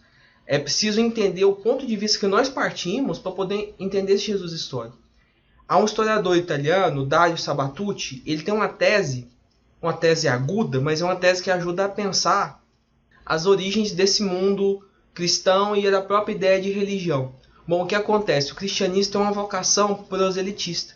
Então Jesus envia seus apóstolos, seus discípulos para vários lugares para poder pregar de novo esse reino de Deus, fazer milagres, curar cegos, expulsar demônios. Depois nós temos a pregação do Paulo. Então Paulo vai Paulo que falava grego, enfim, vai naquelas regiões ali da Grécia Antiga, ele vai na Tessalônica, ele vai em Corinto, enfim, naquelas cidades do mundo helenizado, e vai pregar de novo o evangelho. Então é uma religião que tende à expansão. Da mesma forma, o Império Romano era um império que tendia a se expandir, e se expandir da mesma forma, ou de uma forma similar à expansão do cristianismo, sem importar com classe social, com etnia, com origem. É claro que isso tem uma importância dentro da sociedade, mas o que, como pontua o Sabatucci, o mais importante do Império Romano é muito mais o ordenamento jurídico sobre o qual se constrói. Então, a partir de um determinado momento, com o Edito de Caracalla, de 212 d.C., se torna mais importante você seguir as leis, fazer o culto público do imperador e dos deuses romanos para preservar a Pax Deorum e pagar impostos. Basta que você preencha esses requisitos para pertencer à cidadania romana. Ou seja, é a ideia de uma civilização que não se constrói mais de um ponto de vista étnico. Em determinado momento da história, o cristianismo deixa de ser a panágio de uma seita de judeus para alcançar todos aqueles que consigam aceitar esse reino de Deus que já teria chegado. Ou seja, o universalismo cristão e o universalismo romano vão se imiscuir ali por volta do 2º, 3º século depois de Cristo. Isso vai dar origem ao que nós chamamos hoje de cristianismo ocidental, ou seja, as igrejas, tudo vai depender dessa grande estrutura de universalização, esse grande esquema civilizacional que surge ali na região do Oriente Médio e do Oriente Europeu e se expande para cá. Então, é por causa dessa longa história, desses acontecimentos importantes, é por causa dessa característica do Império Romano e dessa característica da pregação paulina, que hoje Jesus histórico se torna um assunto importante. E a partir dessa grande história, que esses termos que a gente vai comentar agora há pouco, adquirem esse significado, como, por exemplo, a questão da comemoração do Natal. Eu queria só fazer um adendo aqui, um acréscimo à fala do Felipe, que é o seguinte, né, antes do cristianismo ser oficializado, né, lá no final do século IV, enquanto religião oficial do Estado, ele vai passar por processos muito dinâmicos, desde o século I, principalmente depois do século II, porque entre as várias exigências, as poucas, né, na verdade, exigências do Império Romano, duas atingiram diretamente o coração dos cristãos, se é que a gente pode colocar assim. A exigência de prestar culto ao imperador e a exigência de mandar pessoas para servirem no exército romano. Quando a gente pega autores ali do tipo Tertuliano, né, a gente vai perceber que existia ali um desejo pacifista, né, que não aceitava, por exemplo, que cristãos servissem, né, matassem pela espada. Então, esses são dois problemas que vão ocasionar, essas duas contradições entre cristianismo e Império Romano, vão ocasionar algumas das principais perseguições. Depois que isso é sanado teologicamente, depois que isso é resolvido, e aí o cristianismo consegue de fato, teologicamente e politicamente, né? E o cristianismo consegue de fato se amalgamar ao Império Romano. É onde tem a grande sacada do Paul Veyne, que na verdade não é uma grande sacada, né? Com aquele livrinho e aquela tese polêmica que se chama exatamente Quando o Mundo se Tornou Cristão. Não é polêmica, é falsa, né? É falsa. Que o Paul Veyne diz, se Constantino não tivesse se convertido, o mundo hoje não teria se tornado isso. Na verdade, ele coloca o Constantino se converteu, né? E se não me engano, ele é o responsável pela consolidação. Ele né? é o grande responsável pela consolidação do cristianismo, Não é, gente, isso é muito complicado de se afirmar e, aliás, esse livro é o livro mais batido do Paul Veyne academicamente. Até porque ainda no período do Constantino a gente tem cristianismos ali se confrontando, né? É um negócio muito interessante. Depois, né, tanto não é que depois o Juliano, né, vai fazer uma espécie de retrocesso e falar, agora ele vai pegar essas coisas cristãs e vai tentar jogar institucionalmente no paganismo. É uma suruba, né, de ideias que também não vai funcionar.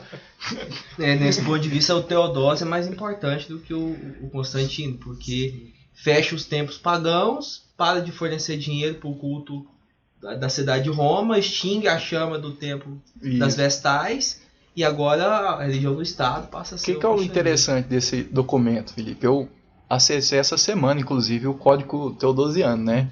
Aí tem lá o Edito de Tessalônica. O Edito de Tessalônica não é assinado pelo Teodósio, somente ele não. Né? Ele é assinado pelo Graciano, né? Que foi o cara que nomeou, o responsável pela indicação do Teodósio, e é assinado pelo Valentiniano II. Então, legalmente, né, existe essa prática, né, de que qualquer lei ela é assinada pelos 3 imperadores. Tudo bem que a iniciativa possivelmente foi de Teodósio, até por conta da cidade em que foi assinada. Mas se a gente for olhar legalmente, é fruto da ação dos 3. É do Graciano, é do Teodósio I e é do Valentiniano II. Interessante também, Felipe, é a gente lembrar como eu tinha falado de uma amálgama, né, entre Império Romano e Cristianismo, é como certas, vou chamar aqui de tradições imperiais, elas são ressignificadas, elas são aceitas e ressignificadas pelos cristãos e depois pelo Império Cristão. Talvez uma das mais famosas seja exatamente a data do Natal, né? A ideia de que, né, Jesus Cristo nasceu no dia 25 e que a comemoração se dê no dia 25. A gente já falou que não existia uma data muito certa para o nascimento, né? Mas o que a gente vai perceber? A gente vai perceber que a festa do Sol Invictus, né, que passou, se não me engano, ela foi trazida de fato para o Império Romano pelo Heliogabal, né, para quem quiser, ela foi ganhando lastro, né, e quando o cristianismo se assentou, né, no seio político do Império, essa figura de Cristo como um sol, né, como aparece em algumas passagens no Novo Testamento, essa coisa de ele trazer luz, etc. e tal, vai acabar levando a uma reapropriação da festa do Sol Invictus para a festa de Natal. Né? Você já tinha uma festa romana que era, se não me engano, claro, variava de ano para ano, mas do dia 17 ao dia 24 de dezembro, e depois você tem a festa do Sol Invictus. Né? Então, os cristãos vão reapropriar essa festividade que já existia e vão batizá-la de Natal. É interessante observar que há alguns afrescos e mosaicos na região do Império Romano representando Jesus a partir de uma tradição iconográfica do deus Apolo. Inclusive, alguns historiadores da arte defendem que a ideia da auréola, ou seja, aquele círculo de luz em torno da cabeça das personagens cristãs, né? Essa auréola teria sua origem na tradição iconográfica do próprio deus Apolo. Né?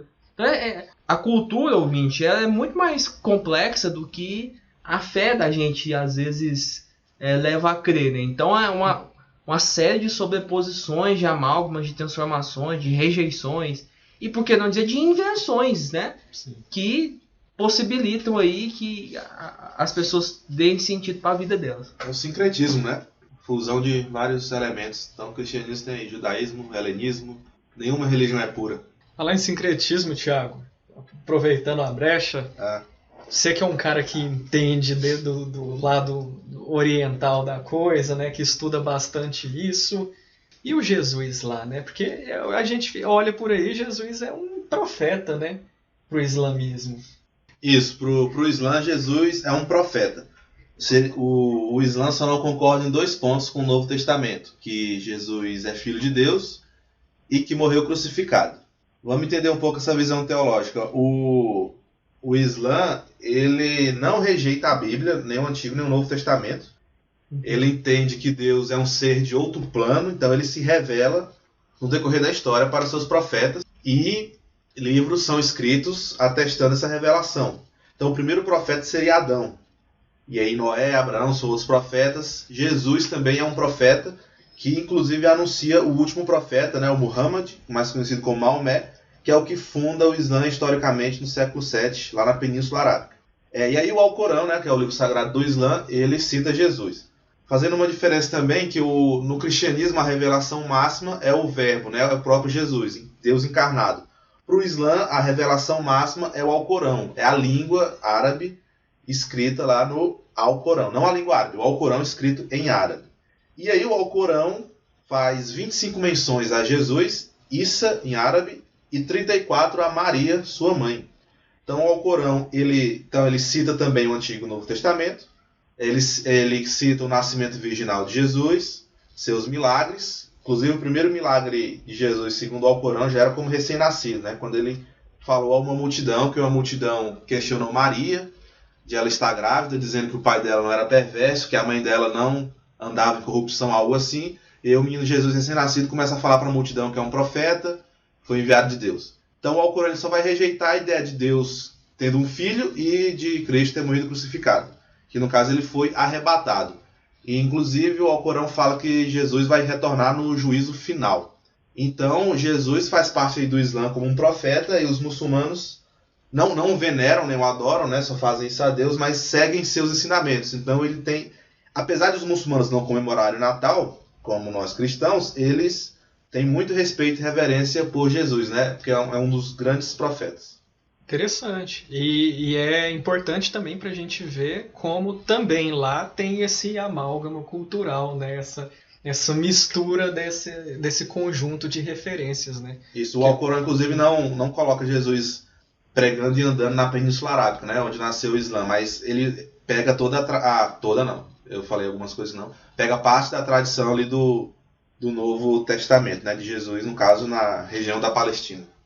Só um complemento sobre Jesus, eu falei que ele é citado 25 vezes no Alcorão, a maioria das vezes no capítulo 19, ou Sura 19, que é o nome técnico em árabe, Sura, que é inclusive intitulado Sura de Maria. E uma curiosidade, a cultura árabe ela valoriza o pai, né? Tanto é que o Ibn é filho de, né? Tipo Ibn Battuta, na verdade é o nome do pai, filho de Batuta. Outro nome mais famoso, Osama Bin Laden, ou Ibn Laden, é Osama filho de Laden. Só que no caso de Jesus, acho que isso atesta o apreço do Alcorão por Maria, ele é citado Jesus, filho de Maria, né? Não filho de José. Muito curioso isso. Então lá no capítulo 19 se encontram muitas narrativas sobre Jesus, o profeta. Muito interessante. E para finalizar esse bloco, eu só gostaria de fazer um adendo, como a gente tinha falado mais cedo, né, da questão contextual e da existência de outros movimentos messiânicos. A existência desses movimentos, caro ouvinte, é importante reforçar, redundaram numa rebelião judaica, onde os judeus conseguiram tomar Jerusalém de Roma, mantiveram ela por alguns anos, até que em Roma, no ano 70 depois de Cristo, destruiu o templo e só sobrou o famoso Muro das Lamentações. Então, olha, tanto que isso é importante, tanto que é importante a gente entender o ambiente social daquele período e daquele contexto, porque, claro, essa rebelião fracassou, o templo, né, como esse marco da religião judaica, foi destruído, e isso acaba criando um ambiente favorável para um tipo de linguagem mais apocalíptica, o que dá maior sentido para que haja uma reforma dentro da fé judaica. E é nesse ponto, e veja como isso é concomitante a alguns dos evangelhos, né? Nesse ponto você tem aí alguns desses autores que vão criar os evangelhos, vão ler Marcos de novo, e depois você tem João, né? Que é mais tarde com o próprio Apocalipse em si. É importante observar, só para complementar a fala do John, o modo como o Apocalipse se refere explicitamente ao Império Romano. As duas bestas do Apocalipse se referem ao poder religioso e ao poder militar do Império Romano. Então, de modo algum é possível dissociar esse contexto da dominação romana e da resistência judaica dos escritos que fazem a nossa imagem a respeito da vida de Jesus. Peraí, só uma curiosidade, né? Porque a maior parte um dos documentos mais ricos que a gente tem dessa revolta é aquele escrito por Flávio Josefo, que participou da revolta, né? E foi um grande traíra, né? Porque era para ter se matado, e aí, né, não quis se matar, se entregou para os romanos e depois escreveu a obra. Tô ligado nessa história, ia ser meio suicídio coletivo, né? Na hora dele ele falou... Não, ele ia matar os outros e depois se matar, né? Aí ele foi lá e falou, não, vamos matar porra nenhuma, não. Espertão, hein? E na hora de matar ele, parece que ele disse que teve um sonho, que Deus falou que ele tinha que viver, alguma coisa assim, né? Cara, o Flávio José foi um grande... E rodelar. Peidão na farofa.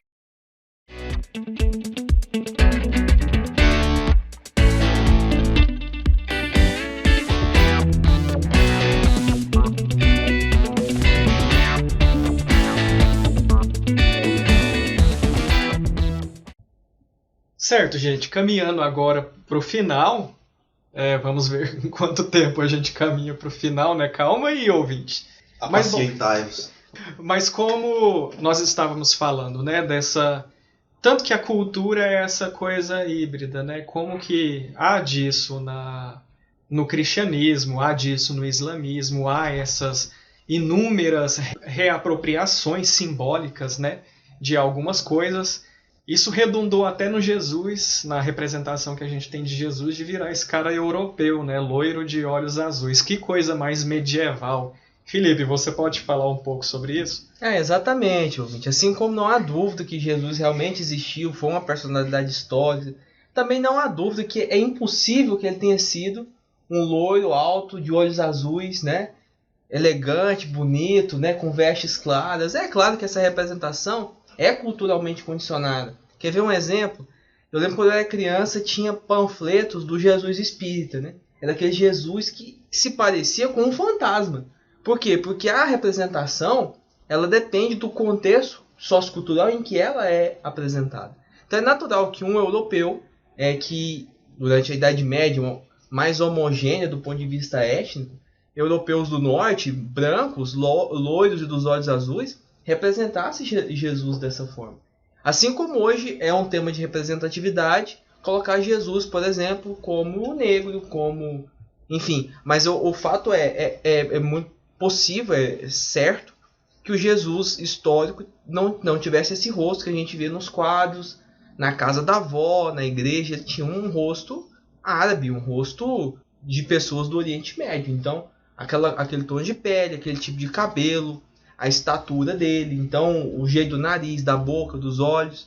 É impossível realmente imaginar essa criatura saída fora do tempo e da história, pregando na Palestina no primeiro século, né?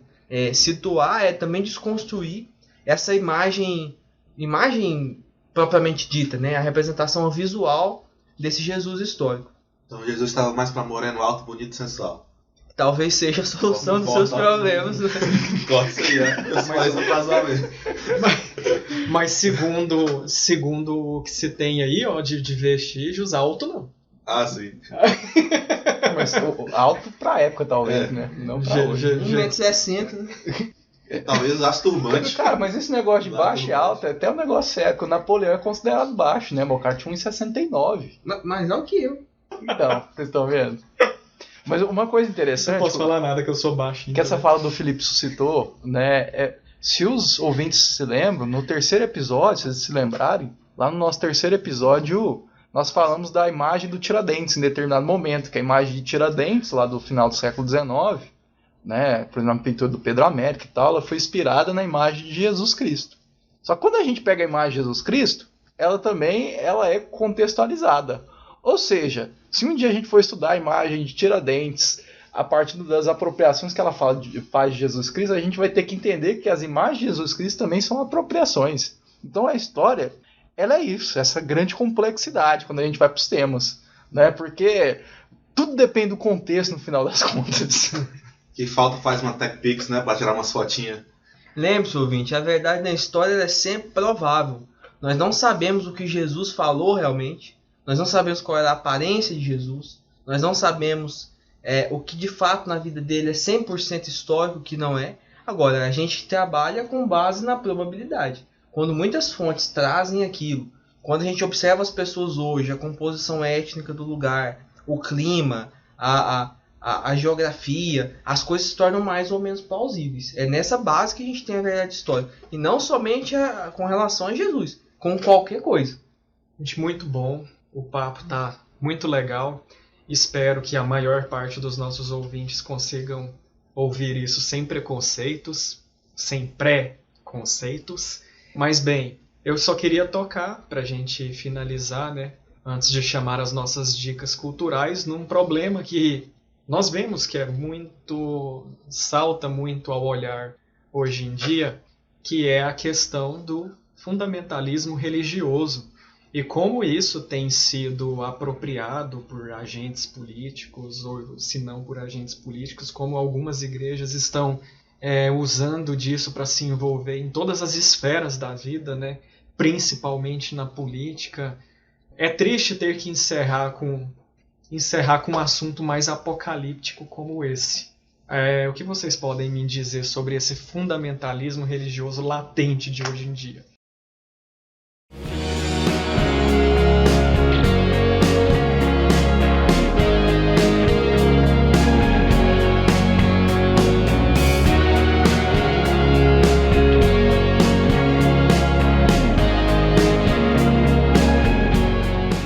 Eu vou dar só um exemplo para o ouvinte pensar com a gente.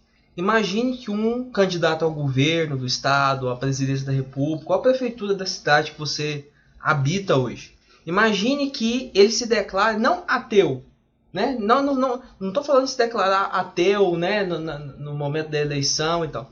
Imagine que ele se declare um praticante do candomblé, um praticante da Umbanda, do Santo Daime. Ou que ele diga, não, eu venero o meu Deus, Lúcifer. Pense comigo, amigo, qual a chance desse candidato conseguir ser eleito no Brasil em 2019? Ou em muitos países ocidentais, enfim. Isso dá a dimensão do quanto o fenômeno político ele é imbricado com o tema da religião. Então, a religião, embora nós sejamos constitucionalmente um Estado laico, na prática, a sociedade não é laica, os valores não são laicos, e muitas vezes eles são defendidos à custa de liberdade religiosa, de liberdade de expressão. Eu lembro de algo que aconteceu comigo quando eu ainda era um professor de ensino religioso, veja bem, ensino religioso em 2010, e a gente falava sobre tolerância religiosa. Passei uma prova em que havia a seguinte questão. Numa escola hipotética, um certo aluno está sofrendo bullying porque é praticante do candomblé. Com base nas aulas de ensino religioso, de que modo esse aluno deveria ser tratado? O que você diria para os colegas que fazem bullying? A maioria dos alunos diz que bullying é uma coisa ruim, que tem que ter tolerância, etc. Das alunas, entretanto, escreveu o seguinte. Não, tem que fazer bullying sim, porque candomblé é coisa do demônio. Ponto final. Então, essa realidade em que você constrói a sua identidade cultural com base da negação da identidade do outro que a gente está inserido hoje em dia. É nessa realidade que o tema do cristianismo se torna polêmico. O Jesus histórico é um assunto difícil de ser debatido por causa disso. Porque muitas vezes, não estou dizendo que a gente deva reduzir a religião ao discurso histórico. Não se trata disso. Não se trata de fazer com que a história substitua a fé pessoal de ninguém. Todavia, um mínimo de pensamento crítico, um mínimo de exame das fontes, um mínimo de tolerância com a diferença cultural é necessária para que esse cenário não se repita indefinidamente. Essa questão da tolerância, eu acho que a questão do fundamentalismo religioso talvez seja um dos maiores inimigos do pensamento racional. Porque a ideia do fundamentalismo religioso é, basicamente, ir até os livros sagrados, os livros considerados sagrados, e interpretar a realidade a qual você está inserido a partir desses livros, esquecendo o contexto. Basicamente, o fundamentalismo religioso é isso. Ir até os fundamentos da fé e esquecer o contexto ao qual você está envolvido. O problema é que, por exemplo, quando a gente fala de cristianismo, a gente está falando de documentos que passaram a ser compilados, passaram a ser juntados ali no século 3, 4 e tal. Ou seja, eles dão dimensão daquele contexto. Só que o problema é trazer a interpretação desses textos escritos no século 1, 2 depois de Cristo e tentar interpretar a realidade literalmente a partir desses textos agora no século 21, em que as relações sociais mudaram, em que a própria questão tecnológica mudou e que as coisas são basicamente muito diferentes. E aí é que vem os problemas. Então, eu vou dar o exemplo clássico das mulheres. A maneira como a imagem da figura feminina era construída ali no século 2, 3, 4, é completamente diferente da imagem da mulher do século 21. Mas o fundamentalismo religioso, aliás, intérpretes fundamentalistas tendem a ver a mulher no século 21 exatamente como ela era vista e tratada ali, naquele contexto daqueles textos. E se a gente pegar o Velho Testamento, o que boa parte dos fundamentalistas religiosos, principalmente os de vertente pentecostal, neopentecostal fazem, eles recuam ainda mais. Então eles recuam para o primeiro, eles recuam para o período antes de Cristo, primeiro, segundo milênio antes de Cristo. Eu vejo também que a falta de estudo, ou melhor, do bom estudo, alimenta o fundamentalismo, que não adianta também estudar só o livro histórico sagrado, seja ele qual for, sem estudar o contexto e outras fontes, né? Eu lembro muito aqui do caso da Palestina, que é senso comum e até hoje se fala muito. Se entende que o assunto, a briga lá na região, né, entre israelenses, entre Estado de Israel e palestinos, que em sua maioria são muçulmanos, mas boa parte também é cristã, se fala muito que é uma briga religiosa, né? Mas se você for investigar, até antes, claro que já houve contendas entre as duas religiões, Islã e cristianismo, na Idade Média, por exemplo, as cruzadas, mas não foram só uma questão, um conflito religioso. Mas no caso da Palestina, o Estado de Israel foi fundado em 1948. Se você for procurar até antes da Primeira Guerra, durante o domínio turco-otomano, as três religiões conviviam lá pacificamente, judaísmo, cristianismo e islã, sem nenhum problema, se toleravam tranquilamente. Quando entra a questão política, de criar um Estado, e a questão territorial, aí começam os verdadeiros conflitos de fato. E aí, quando não se analisa, não se estuda direito, se pensa que a causa do conflito é religioso. Na verdade, no caso da Palestina, você falar que a causa é religiosa, você está reduzindo muita coisa para estudar esse fenômeno. Então, o fundamentalismo tem esse problema aí. Ele é alimentado pela falta de estudo, principalmente de um bom estudo. Pois é, ouvinte, e com o tema do fundamentalismo, a gente perde de vista uma coisa que é singular no Ocidente cristão, a gente poderia até dizer que é uma invenção do Ocidente cristão. É que no cristianismo, na civilização cristã, na Christianitas, nós temos a clara separação entre o mundo civil e o mundo religioso. A religião se define pela oposição àquilo que não é religioso, ou seja, ao mundo civil, o mundo laico, o mundo do governo secular, a gente poderia dizer assim. Então, a diferença, em muitas culturas, em muitas sociedades, ao longo do tempo e do espaço, essa diferença entre o que é religião e o que não é religião, ela inexiste. É uma coisa, não tem essa clara separação.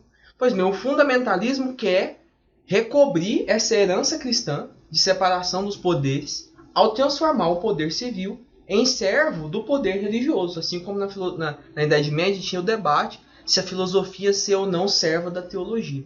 Então, assim, é uma especificidade cristã.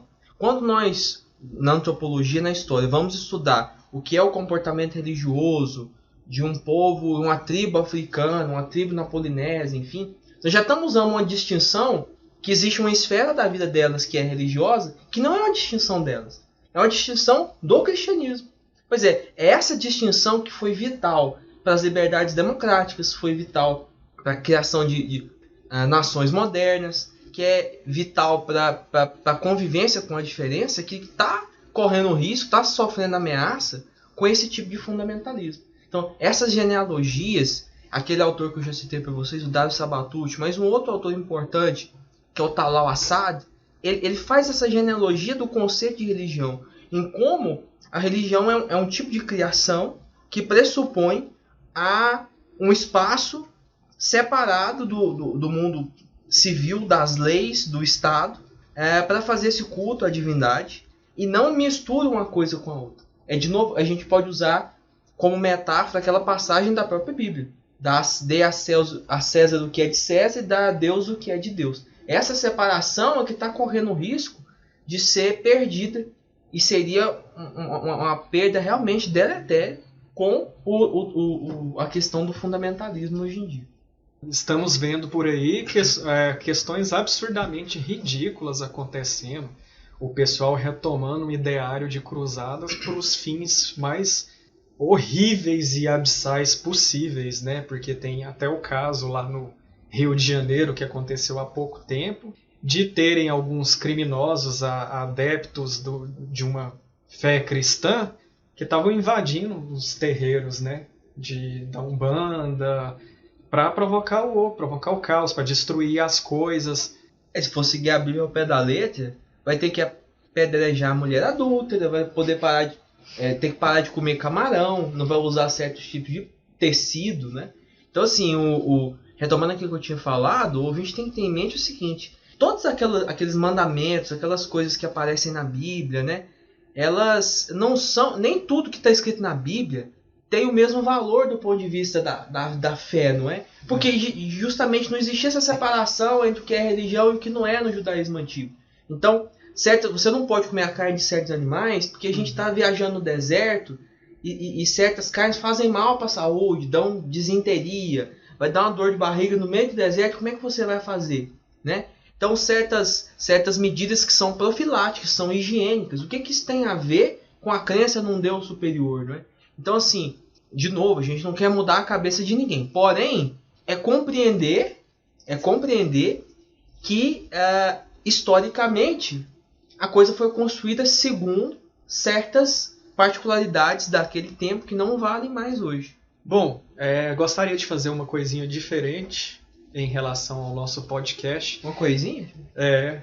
Então, antes de finalizar, eu gostaria que os ogros aqui presentes, cada um fornecessem uma mensagem para vocês, ouvintes, que englobe tanto o Natal quanto o Ano Novo. Eu vou citar o ET Bilu, o famigerado ET Bilu, e vou pedir para os ouvintes buscarem conhecimento. Busquem conhecimento! Como eu sou uma pessoa sincrética, vou unir Natal, Ano Novo, Star Wars 9 que saiu, assisti, foi muito bom. Citar o Mestre Yoda, seres luminosos somos nós, não esta rude matéria. Ouvinte, não tenha medo de ler não, vai pra biblioteca, pega livro, lê.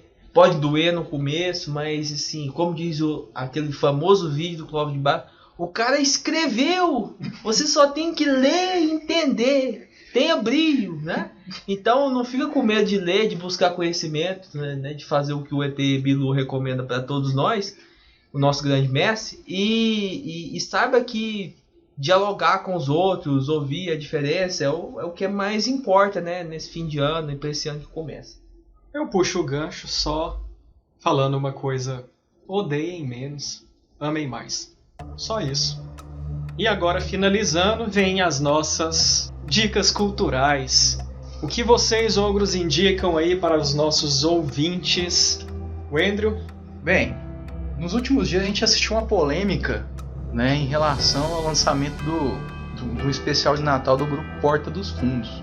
Né? E eu acho que a arte sempre nos ajuda a refletir sobre para onde nós estamos indo, os riscos que a gente corre. Então, hoje eu vou indicar uma série que também é fruto de também é um livro, né? Foi inicialmente um livro chamado Conto de Aia, né? Da Margaret Atwood, que recentemente, inclusive, foi lançado Os Testamentos, né? O segundo livro da autora em que ela vai continuar o universo. Eu ainda não li o segundo livro, mas tive a oportunidade de assistir as 2 primeiras temporadas da série. Então eu indico a série Conto de Aia, muito interessante, né? Trata-se literalmente de um grupo fundamentalista tomando, né, politicamente os Estados Unidos e as suas implicações, principalmente para as mulheres. Vou indicar o filme A Vida de Brian, do grupo Monty Python, de 79, que é uma comédia, uma sátira, tem uma certa polêmica, porque narra ali a vida paralela do Brian e de Jesus Cristo. Vou deixar esse filme aí. Bom, eu queria recomendar 2 filmes por 2 filmes clássicos. O primeiro se chama O Evangelho segundo São Mateus, do Pier Paolo Pasolini. É um relato desse Jesus enraizado na resistência ao Império Romano. É um Jesus, claro, ouvinte, é um Jesus cinematográfico, né? Não é um Jesus histórico, mas é um Jesus que tem esse caráter de se revoltar contra o sistema da tributação, contra as injustiças da sua época. Um segundo filme que causou muita polêmica nos meios religiosos, mas que eu considero assim, um filme muito bonito, chama Je vous salue Marie, que é um filme do Godard, que é um caso de uma certa Marie que no século XX fica grávida do Espírito Santo. Em determinado momento aparece essa Marie nua, a nudez despida de qualquer conotação pornográfica, que eu acho que são 2 obras de arte de grandes diretores que ajudam a repensar com nossos próprios termos nos dias de hoje a vinda de Cristo, a mensagem evangélica, enfim, são bons filmes para poder assistir e curtir o fim do ano. Eu vou indicar 2 livros mesmo, vou ser mais ortodoxo. Vou indicar um livro introdutório, que o organizador é o Alain Corbin, onde ele faz uma história do cristianismo, meio que uma história geral mesmo, mas é um livro introdutório, mas é muito bom para entender o fenômeno cristianismo em si, numa linguagem clara, acessível. E por fim eu cito também, o trabalho aí nesse caso já é de um especialista do tema, o livro do Reza Aslan, que é o Zelota, A Vida e a Época de Jesus de Nazaré, que esse é para o ouvinte entrar mais especificamente nesse debate do Jesus histórico mesmo. Eu agradeço muito a vocês terem nos aguentado até aqui e continuem conosco. O Ogro vai voltar com tudo ano que vem. Um abraço!